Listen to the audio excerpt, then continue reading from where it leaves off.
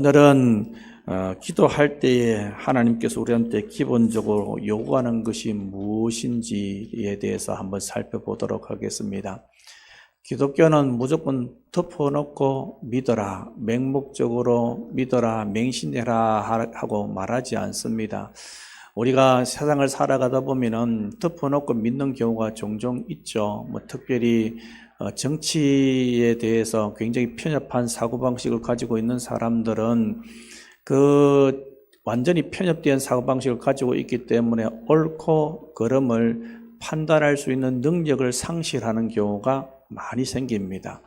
요 근래 우리나라에 계속해서 일어나는 이런 일련의 일들을 가만히 살펴보면 그런 것들이 자기들이 가지고 있는 정치적인 성향 이런 것들을 생각하여서 옳고 그름을 판단하기보다는 자기와 반대하는 사람은 무조건 자기 말에 동의하는 사람은 무조건 우리 편 이렇게 말을 요구를 합니다.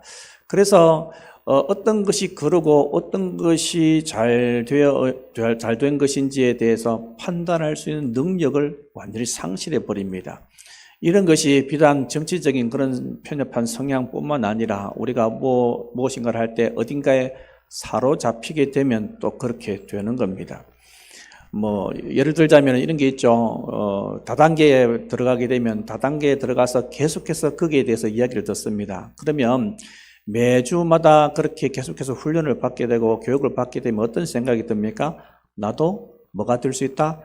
부자가 될 수 있다라는 확신이 들기 시작합니다. 그런데 실제로 부자가 된 사람은 그렇게 많지가 않죠. 그러니까 이런 것들이 판단력을 흐리게 만드는 역할을 한다는 것이지요. 우리가 잘 알고 있는 세계적으로 악명 높은 히틀러를 한번 생각해 보십시다. 히틀러가 당시 독일을 집권했을 때 그 당시의 상황이 어떠했냐면은 1918년도에 1차 세계대전이 끝나고 난 다음에 독일이 굉장히 경제적으로 어려웠습니다. 경제적으로 어려운 그런 상태에 있으니까 그 상태에서 그냥 그저 살아가면 좀 괜찮을 것 같던데 미국으로부터 경제 대공황이 시작되었습니다. 그래서 이 경제 대공황이 미국만 힘들게 한 것이 아니라 온 세계가 다 휘청거릴 정도로 굉장히 힘들게 되었습니다.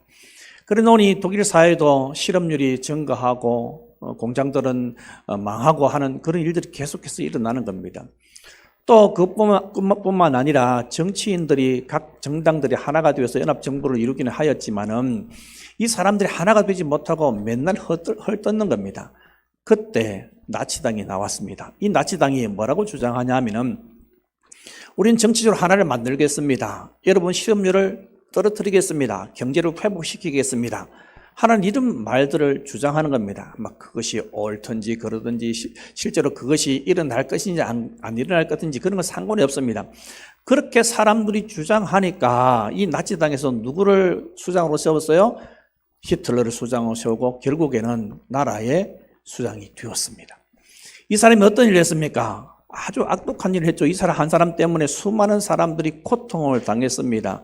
독일이 전쟁 물품을 만들면서 어떻게 보면 좀 경제의 돈의 회전력이 좋고 그렇게 좀 부흥한 것이 있을지는 모르겠습니다. 하지만 그 사람의 명령을 통해서 수많은 사람들이 고통을 당하고 온 유럽이 난리를 당했습니다. 유대인들은 몇백만 명이 죽었습니다. 이런 악한 일을 저지르게 되었다는 것이지요. 이것이 무엇을 의미합니까? 자기들이 가지고 있는 우리가 너무 경제적으로 힘든데 이 경제적인 것에서 부흥만 될 수만 있다면은 어떤 사람이 지도자가 되어도 괜찮다 하는 그런 생각을 가졌기 때문에 그런 오류를 범하게 된 것입니다. 무조건 덮어놓고 믿게 되는 것이죠. 맹신하게 되는 것이죠. 하지만 기독교는 무조건 덮어놓고 맹신하라라고 말씀하고 있지 않습니다. 하나님을 믿는다는 것은 제대로 믿기만 믿으면 이 세상을 올바르지 못한 세상을 올바로 만들어 줍니다. 이 세상이 어지러울 때 혼란스러운 것을 잠잠하게 만드는 것이 바로 복음입니다. 그래서 제대로 믿는 사람들은 자기 가정을 내팽개치지 않습니다. 제대로 믿는 사람은 자기가 다니는 직장을 내팽개치지 않습니다. 제대로 믿는 사람은 자식을 버려두지 않습니다. 제대로 하나님을 믿게 되면 이 세상이 올바로 정신 차린 세상으로 바꾸어 놓을 수 있는 능력이 생긴다는 겁니다. 그렇기 때문에 하나님 믿는 사람들한테는 올바른 믿음이 필요합니다. 그러면 올바른 믿음이 되기 위해서는 뭐가 필요하겠습니까? 올바른 지식이 필요합니다. 올바른 지식은 무엇으로부터 옵니까? 두말할 것도 없이 하나님의 말씀으로부터 오는 겁니다. 그래서 우리는 뭐 해야 됩니까? 이 올바른 지식을 제대로 우리 마음속에 세우기 위해서 부지런히 하나님의 말씀을 읽어야 하고 또 하나님의 말씀을 많이 들어야 합니다. 그러면 우리 가운데 올바른 지식이 생기고 이 올바른 지식이 생기면 올바른 믿음이 생기는 겁니다. 우리가 하나님께 예배하는 것도 그렇고 기도하는 것도 그렇고 이 올바른 지식을 바탕으로 해서 예배하고 기도해야 합니다. 하나님을 알지 못하게 되면 하나님을 믿는 것이나 무당이 다른 신을 섬기는 것이나 천지신명에게 손을 비는 것이나 아무런 차이가 없습니다. 그냥 이름만 바뀌었지 똑같이 섬깁니다. 하지만 하나님을 믿는 사람은 하나님께서 주신 지식의 말씀을 바탕으로 하여서 하나님께 예배하고 찬양하고 기도하게 되어 있습니다. 자, 그렇다면 우리가 기도할 때 가장 필요한 지식이 무엇일까? 오늘 그것을 한번 살펴보겠습니다. 히브리서 11장은 우리가 잘 아는 것처럼 히브리서 11장의 별명이 믿음의 장 이렇게 부릅니다. 그거 보면은 계속해서 우리 믿음의 선배들이 어떻게 삶을 살았는지, 믿음으로 무엇을 선택하면 살았는지, 믿음으로 어떻게 삶을 살았는지에 대해서 계속해서 이야기하고 있습니다. 오늘 읽었던 6절 말씀 바로 앞부분에는 에녹에 대해서 이야기하고 있습니다. 에녹은 죽음을 보지 않고 하나님께로 간 사람입니다. 이 사람이 몇 년 동안 하나님과 동행했다고 되어 있습니까? 300년을 하나님과 동행했다. 그렇게 성경은 말씀하고 있습니다. 자, 이 사람이 어떤 삶을 살았냐면 5절에 이렇게 되어 있습니다. 5절 말씀을 같이 한번 읽어봅시다. 믿음으로 에녹은 죽음을 보지 않고 옮겨졌으니 하나님이 그를 옮기심으로 다시 보이지 아니하였느니라. 그는 옮겨지기 전에 하나님을 기쁘시게 하는 자라 하는 증거를 받았느니라. 아멘. 이 사람이 하나님께 죽음을 보지 않고 하나님께로 올라갔습니다. 그렇게 올라갔는데 이 사람이 올라가기 전에 하나님께로부터 어떤 증거를 받았다고요? 하나님을 기쁘시게 하는 사람이라는 증거를 받았다라고 그렇게 말하고 있습니다. 여러분, 하나님께서 우리를 보시고 야, 너는 참으로 내 기쁨이다 라고 말한다면 얼마나 기분이 좋겠습니까? 자식을 보았을 때 여러분, 자식이 우리의 기쁨이 되면 참 좋잖아요, 그죠? 그런데 이 자식이 가슴을 치게 만들고 아프게 만들고 답답하게 만들고 분노하게 만든다면 얼마나 아픕니까? 사랑하기는 사랑하는데 어떻게 사랑합니까? 아파하면서 사랑합니다. 그런데 효도하고 하나님 말씀대로 올바로 잘 살고 예배드리는 그런 삶을 살아가고 기도하는 그런 삶을 살아가는 자녀가 있으면 그 자녀를 어떻게 사랑하겠습니까? 기쁨으로 사랑할 겁니다. 하나님께서는 에녹을 어떻게 사랑하셨다고요? 기쁨으로 사랑했습니다. 왜냐하면 그 삶이 어떤 삶이었기 때문에 하나님과 동행하는 삶을 살았기 때문에 그렇습니다. 그 동행하는 삶의 모습이 뭐냐? 기뻐함을 받는 삶의 모습이 뭐냐? 그 모습이 바로 6절에 등장합니다. 우리 6절 말씀 같이 읽겠습니다. 믿음이 없이는 하나님을 기쁘시게 하지 못하나니 하나님께 나아가는 자는 반드시 그가 계신 것과 또한 그가 자기를 찾는 자들에게 상 주시는 이심을 믿어야 할지니라. 아멘. 죽음을 보지 않고 천국에 간 에녹은 하나님을 기쁘시게 하는 삶을 살았습니다. 그러면 어떻게 하면 기쁘시게 하는 그런 삶을 살 수가 있느냐? 믿음이 필요하다라고 말씀하고 있습니다. 이 믿음은 무엇입니까? 이 믿음은 첫째는 반드시 하나님께서 계시다는 믿음, 두 번째는 하나님께서는 하나님을 찾는 사람들에게 상 주시는 이심을 믿어야 한다는 그 믿음, 그 두 가지 믿음을 이야기하고 있습니다. 이 두 가지 믿음을 가지고 하나님께 어떻게 하라고요? 하나님께 나아가라라고 본문은 이야기하고 있습니다. 나아간다는 말은 하나님께 가까이 하는 것을 의미합니다. 하나님을 가까이 하는 방법은 무엇이 있습니까? 하나님께 기도하고 찬양하고 예배하는 것이 바로 하나님을 가까이 하는 삶입니다.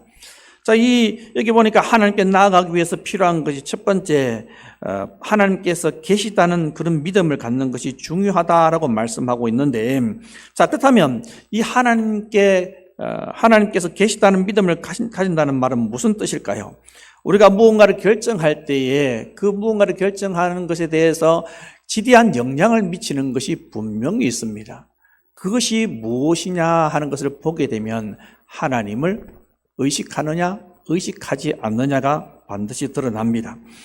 직장을 결정하거나 이사를 가거나 결혼할 때 어떤 것이 가장 큰 영향을 미치는 것 같습니까?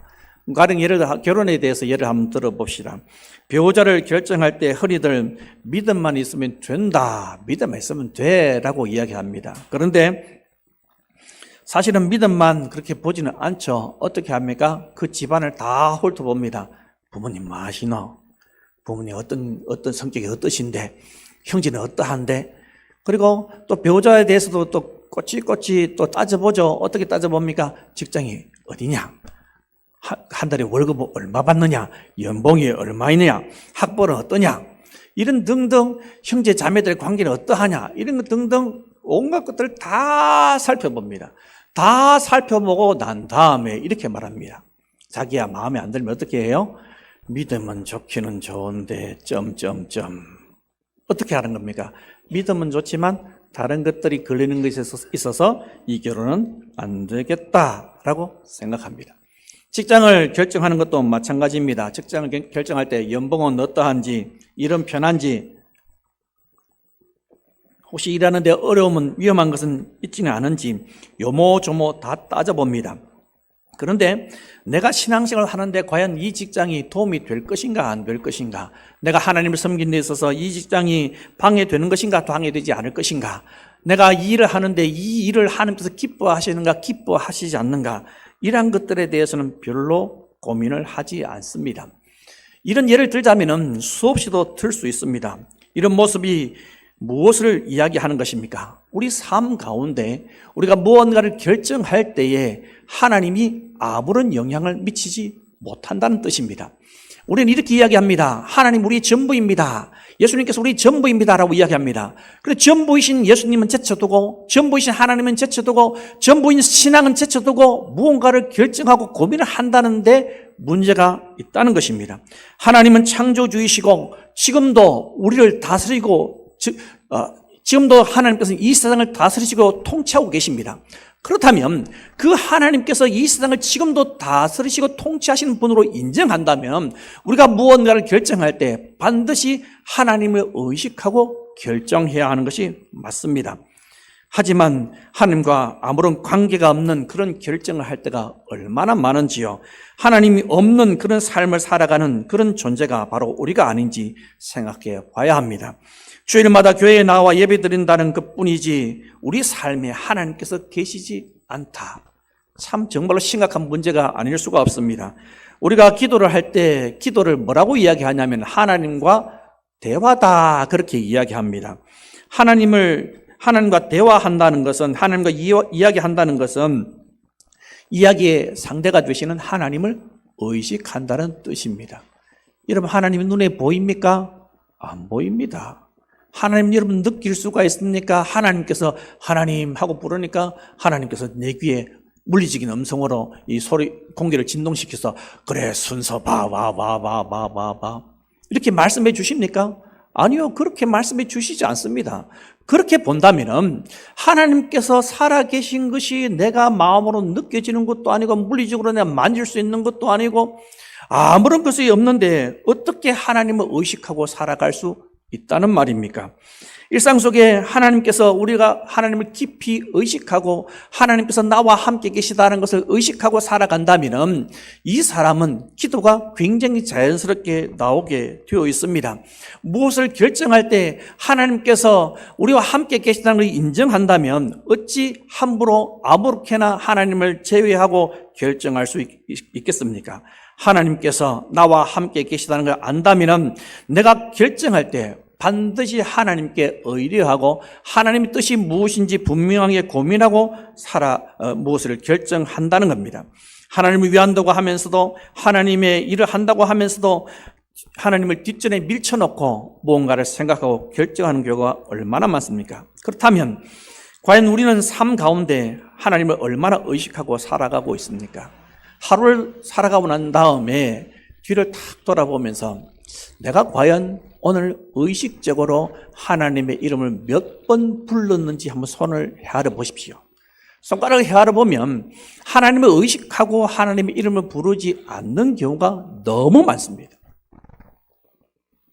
하나님을 의식하고 부른다는 것은 하나님께서 나와 함께 계시다는 것을 인식한다는 것입니다. 오늘 본문에 분명히 뭐라고 이야기하고 있습니까? 하나님께서 계신 것을 믿어야 한다라고 말하고 있습니다. 믿어야 하기는 믿어야 하는데 어떻게 믿어야 된다고요? 반드시 그가 계신 것, 반드시 그가 계신 것, 그분이 살아계셔서 지금도 역사하시는 분이시다. 그분이 살아계셔서 지금도 나와 함께 계시는 분이시다. 그분이 살아계셔서 지금도 내 숨소리를 듣고 계시고 그분이 살아계셔서 내 음성을 듣고 계시다. 하나님, 그 살아계신 하나님을 인정하고 믿으면서 살아가는 것, 그것이 바로 반드시 필요하다라고 말씀하고 있습니다. 예수님을 처음 믿었을 때 우리의 죄악이 얼마나 큰지 깨달아 알았습니다. 세상에 나보다 더 악한 사람은 존재하지 않는다라는 것을 알았습니다. 나 때문에 예수님께서 십자가에 달려 돌아가셨기 때문에 로마 병사가 예수님을 죽인 것이 아니라, 유대인들이 예수님을 죽인 것이 아니라 내가 바로 예수님을 죽인 장본이라는 것을 깨달아 알았습니다. 그때 그 사랑과 은혜를 깨달아 알았을 때 감격은 말로 다 할 수 없는 큰 감격과 은혜가 있습니다. 이런 놀라운 감격과 은혜가 있었지만 하나님께서는 이것으로 그치고 끝나기를 원하시지 않습니다. 무엇을 원하십니까? 그 이후에도 계속해서 하나님을 알고 느끼고 인정하고 믿고 살아가는 그 삶을 살아가기를 원하십니다. 혹시 이런 거 보신 적이 있을 것입니다. 슬라이드 한번 첫 번째 거 보여주시기 바랍니다. 자, 이 그림 보신 적이 있습니까? 질문했으면 반응을 좀 해주십시오. 보신 적이 있습니까? 보셨죠, 그죠? 저 위에 그림이 무슨 그림으로 보입니까? 보입니까? 그건 어둡네요. 예, 저 그림이 이제 나오게 된 배경이 세계 2차 대전 때 어떤 기자가 하나님을 좀 보고 싶습니다. 하나님 계시다면 보여달라고 이렇게 기도했는데 사진 찍으라는 그런 강한 그 마음이 들어서 사진을 찍고 집에 가서 현상해 보니까 저 그림이 나왔습니다. 눈이 하얀 것은 눈이 있는 것이고 까만 것은 눈이 녹아서 땅이 드러난 것입니다. 그래서 가만히 보니까 예수님의 얼굴이 보이는 겁니다. 그 그림 밑에 이런 문구가 항상 적혀 있습니다. 밑에 한번 보십시오. 같이 한번 읽어봅시다. 그리스도는 이 집의 주인이시요 식사 때마다 보이지 않는 손님이시요 모든 대화에 말없이 듣는 이시라. 여러분, 이 말이 이 문구를 누가 적었는지는 잘 알지 못하지만은 이 말을 가만히 보면은 이 사람은 자기 삶에 누구를 의식하고 있어요? 하나님을 의식하고 있습니다. 이 집의 주인이시다. 주인이 누구예요? 가장의 주인이잖아요. 그렇죠? 내가 이 집의 주인, 이 명의, 내 집 명의는 내 이름으로 되어 있어. 내 집이야. 그렇게 하는 것이 아니라 뭐라고 이야기해요? 이 집의 주인은, 우리 가정의 주인은 누구다? 그리스도다. 그분은 식사 때마다 보이지 않지만 우리 손님으로 와 계시고 그분은 우리가 대화할 때 모든 것을 다 듣고 계시는 분이시다. 이 말이 무슨 말이에요? 내 삶에는 하나님께서 다 함께하고 계시다. 하나님께서 내 삶의 모든 부분 시간 함께하고 계시다는 것을 이 사람은 의식하고 있는 그런 사람입니다. 제가 왜 123 기도 운동을 계속해서 외칩니까? 여러분 123 외치는데 이유가 무엇입니까? 하나님을 삶 가운데 의식하는 훈련을 하기 위해서 일을 하는 겁니다. 하루에 아침에 일어나서 하나님, 오늘도 좋은 날 주셔서 감사합니다. 오늘 하나님께서 선하게 인도해 주십시오. 하루를 끝마치고 나서 하나님, 아무런 사고 없이 하루를 무사하게 잘 지낼 수 있게 해주셔서 감사합니다. 이런 것들 해주셔서 감사합니다. 그리고 하루에 3번 반복하면서 기도할 때 하나님은 나라를 위해서, 하나님 나라의 부흥과 교회와 개인과 가정과 나라의 부흥을 위해서 기도하라고 요청한 이유가 무엇입니까? 하나님이 우리의 삶 가운데 함께 하시기를 원하신다는 것을 의식하게 하기 위해서 이 123 기도 운동을 하는 겁니다. 하나님을 의식하게 되면 그 삶이 바로 하나님 앞에서의 삶이요, 하나님을 의식하고 살아가게 되면 그 삶이 바로 하나님께서 원하시는 삶을 살고자 하는 거룩한 열망을 일으키는 그런 삶이라는 것을 여러분 기억하시기 바랍니다. 하나님은 우리와 항상 함께 계십니다.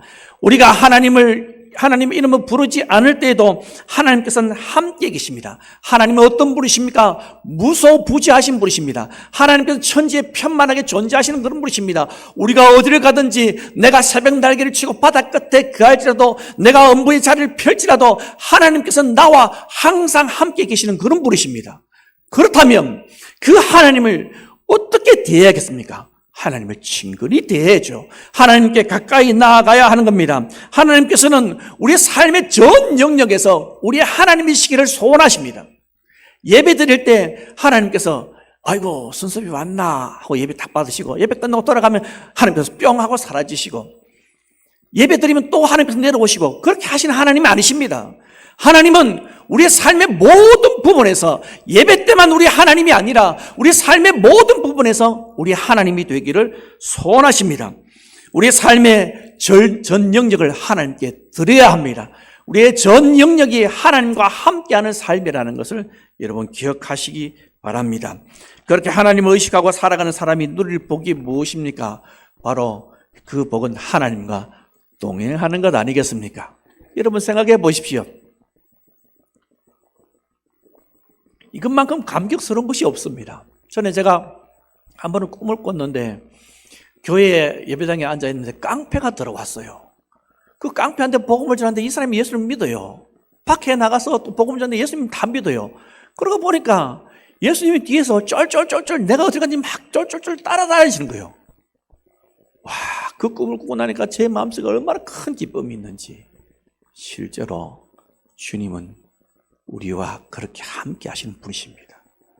하나님은 우리의 모든 삶의 영역에서 우리와 함께 계십니다. 그래서 그렇게 삶을 살아가게 되면 그것이 바로 하나님과 동행하는 삶이 되는 겁니다. 에녹은 몇 년 동안 그렇게 살았다고요?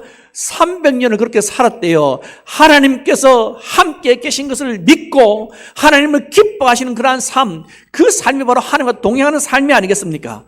그런 삶을 살아간 사람이 바로 에녹입니다. 우리도 그런 삶을 살아갈 수 있습니다. 전 삶의 영역에서 하나님을 의식하며 하나님과 교제하며 하나님과 기도하는 삶을 우리도 살아갈 수 있습니다. 그렇게 살아가게 되면 하나님께서 내 삶 가운데 함께 계시다는 걸 의식하게 되면 무슨 일을 만나든지 어떤 일을 당하든지 우리는 수시로 하나님을 찾을 수가 있는 겁니다. 직장에서 상사한테 너무 많이 깨지고 있습니다. 하나님, 제가 너무 화가 나네요. 저는 분명히 잘못한 것이 없는데 하나님 이렇게 하나요? 어떻게 하면 좋습니까? 속으로 얼마든지 기도할 수 있죠. 그 말이 무슨 말입니까? 직장 속에서도 하나님을 의식하는 것 아니겠습니까? 우리는 이렇게 하나님을 의식하는 삶을 살아가야 하는 겁니다. 직장에서 스트레스를 받을 때에도, 부부싸움 할 때에도, 화장실에 앉아있을 때에도, 설거지 할 때에도 하나님은 우리와 가까이 하기를 원하십니다. 수시로 하나님의 이름을 부르기를 원하십니다. 그렇게 삶을 살아가게 되면 하나님께서 우리를 가까이 하시는 역사가 일어날 겁니다. 야고보서 4장 8절에 이런 말씀이 있습니다. 야고보서 4장 8절 말씀 같이 읽겠습니다. 하나님을 가까이 하라. 그리하면 너희를 가까이 하시리라. 죄인들아 손을 깨끗이 하라. 두 마음을 품은 자들아 마음을 정결하게 하라. 하나님을 가까이 하게 되면 하나님께서 어떻게 하신다고요? 우리를 가까이 하신대요. 사실은 엄밀하게 이야기한다면 이 말씀은 바른 말은 아닙니다. 하나님은 어떻게 해요? 우리를 늘 가까이 하기를 원하시는 그런 분이십니다. 하나님께서는 우리에게 도움의 손길을 펼치기를 준비하시는 그런 분이십니다. 여러분 이런 복음성가 들어보셨습니까? 가사를 한번 읽어보겠습니다. 당신을 향한 주의 사랑은 무조건이야. 들어보셨습니까? 당신을 향한 주의 사랑은 무조건이야. 그리고 뭐라고 얘기합니까? 내가 부르면 달려올 거야. 무조건 달려올 거야. 주님은 우리를 향해서 항상 준비하고 계신 그런 분이십니다. 마치 100m 달리기 선수가 달리기 그 시작을 알리는 신호가 신호가 나기를 기다리는 것처럼 탕 하면 쏜살같이 뛰어나가는 것처럼 하나님께서는 우리가 하나님을 부르기를 간절히 바라고 계십니다. 종일토록 그스러 행하는 이스라엘 백성을 향해서 하나님께서 두 팔을 벌리고 계시다고 했습니다. 그 하나님께서 우리가 하나님을 부르기만 부르면 그래 사랑하는 아들아 사랑하는 딸아 내가 여기 있다 말씀하시는 분이 바로 하나님이십니다. 아기가 엄마 아빠 말을 잘 못할 때 엄마 아빠 말을 하게 되면 엄마 아빠가 얼마나 감격스럽습니까? 그러면서 잘은 모르지만 엄마라는 소리가 들리면 버뜩 달려갑니다. 아빠라는 소리가 들리면 빨리 달려갑니다. 마치 그런 것과 같이 항상 준비되어 있으신 분이 바로 하나님이십니다. 우리는 뭐 하면 됩니까? 그분의 이름을 부르면 되는 겁니다. 그분의 이름을 부르기만 부르면 그분께 도움을 요청하면 하나님께서는 즉시로 우리를 향해서 손을 펼치시는 분이십니다. 여러분 기억하시기 바랍니다.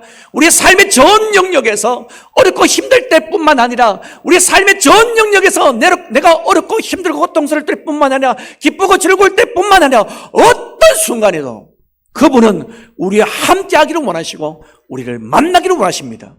그런데 우리가 그 음성을 무시할 때가 너무나 많습니다. 야 순서봐, 나 너랑 교제 나누고 싶어. 나 너랑 이야기 나누고 싶어. 나 너랑 대화하고 싶어. 순서봐 내가 여기 있어. 순서봐 내가 여기 있어 말하는데 우리가 보고 듣는 것은 하나님이 아니라 다른 것들에 초집중을 하고 있습니다. 핸드폰에 집중하고 유튜브에 집중하고 게임에 집중하고 TV에 집중하고 있습니다. 그렇게 살아서는 하나님의 은혜를 제대로 누리고 살아갈 수 없습니다. 끊을 것은 끊어야 합니다. 게임 적당히 하십시오. 유튜브 적당히 보십시오. TV도 적당히 보십시오. 그리고 시간을 내어서 하나님의 이름을 불러보십시오. 길을 가다가 하나님 너무 사랑합니다 라고 고백하며 하나님께서 우리 마음에 물리적인 음성은 아닐지라도 우리 마음속에 이런 마음을 주십니다. 그래 순서봐 나도 너 사랑해. 여러분 이것만큼 감격스러운 것이 세상에 어디 있습니까? 그런 하나님을 가까이 하시고 하나님과 대화하시고 살아계신 하나님을 늘 느끼면서 살아가는 그런 우리가 되기를 소원합니다. 아멘.